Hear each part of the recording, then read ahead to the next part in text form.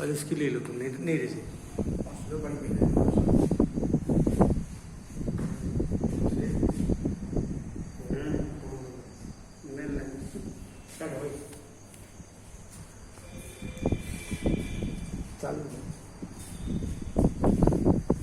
आज मैं आप लोगों के सामने पाठ 2 कटुक वचन मत बोल, ये हमें एक शिक्षा दे रहा है।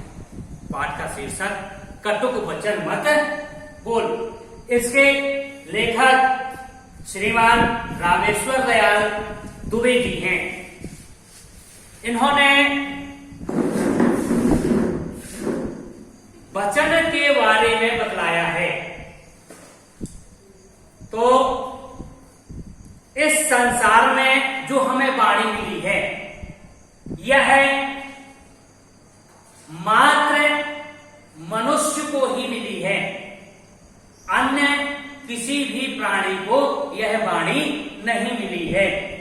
हम यदि इसे विनम्रता से मृदु भाषी होकर बोलते हैं तो इससे हमारे मित्र बढ़ते चले जाते हैं और हमारी उम्र मित्रों के साथ बढ़ती चली जाती है। इसी के विपरीत जब हम कड़वा बोलते हैं, बुरा बोलते हैं, तो हमारे मित्र भी घटते चले जाते हैं और किसी न किसी समय हमारी मृत्यु भी हो सकती है। किसके कारण?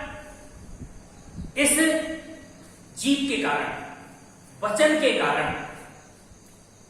आपको ध्यान होगा कि महाभारत काल में भी इसी जीव के कारण ही पूरी महाभारत हुई थी। अब वो है दृश्य के सामने होगा, कौन सा? सभी को याद आएगा कि जब द्रौपदी ने दुर्योधन को क्या कहा था? अंधे के अंधे ही होते हैं। वह बात उसको इतनी चुभी कि वह पूरा महाभारत जो हुई है उसका कारण हो गई। तो श्यामलाल दुबे जी कहते हैं कि दास प्रथा के दिनों में एक मालिक के पास अनेक गुलाम होते थे और जिनमें से एक का नाम था लुकमान। लुकमान तो था गुलाम, पर वह बुद्धि से बहुत तेज था। उसकी प्रशंसा इधर उधर फैलने लगी।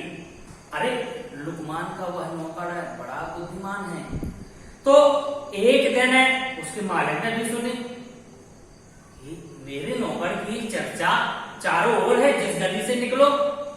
अरे सेठ जी, आपका तो नौकर बड़ा ही बुद्धिमान है। तो सोचा अनायास कि चलो इसके बुद्धि की परीक्षा ली जाए। कहते हैं सेठ जी कि सुना है तुम बहुत होशियार हो, मैं तुम्हारी परीक्षा लेना चाहता हूं, इम्तिहान। अगर तुम इसमें कामयाब हो जाते हो, पास हो जाते हो, तो मैं तुम्हें इस दास की पदवी से, दास प्रथा से मुक्त कर दूंगा। लुकमान ने कहा, पूछिए श्रीमान जी, क्या पूछना है? तो मालिक ने कहा, अच्छा तुम बताओ, शरीर का कौन सा हिस्सा सबसे अच्छा है?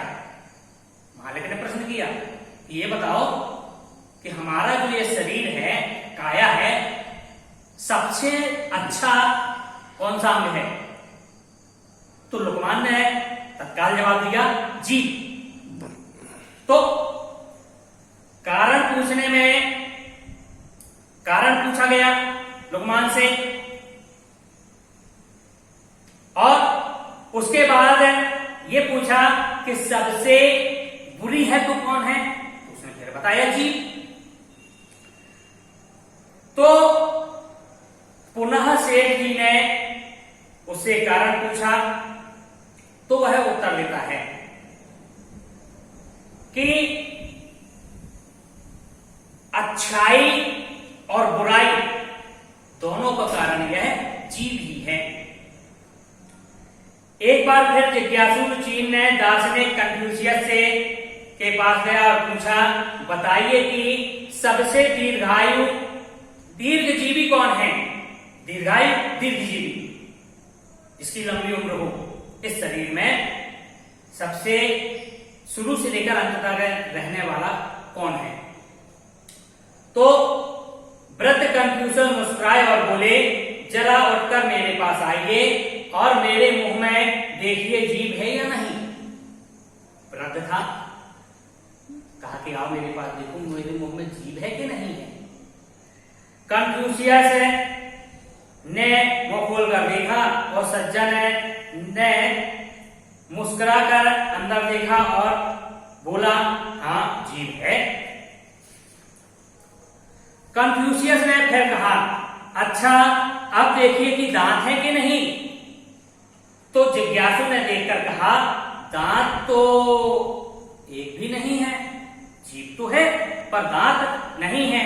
अब कन्फ्यूशियस ने कहा, जीभ तो दांतों के पहले पैदा हुई थी, उसे दांतों के पहले ही जाना चाहिए था। जो हमारी जीभ है, जब बालक का जन्म होता है तो दांत नहीं रहते, पर जीभ रहती है। जो पहले आया, यही है संसार का नियम है, पहले आया था पहले गया। हमारे बब्बा थे, पहले आ गए थे, हमसे पहले चले गए, यही रीत चली आ रही है। तो जीभ दांतों से पहले आई, उसको चला जाना चाहिए। उससे पूछा ऐसा क्यों नहीं हुआ, तो इसका उत्तर उसके पास नहीं था।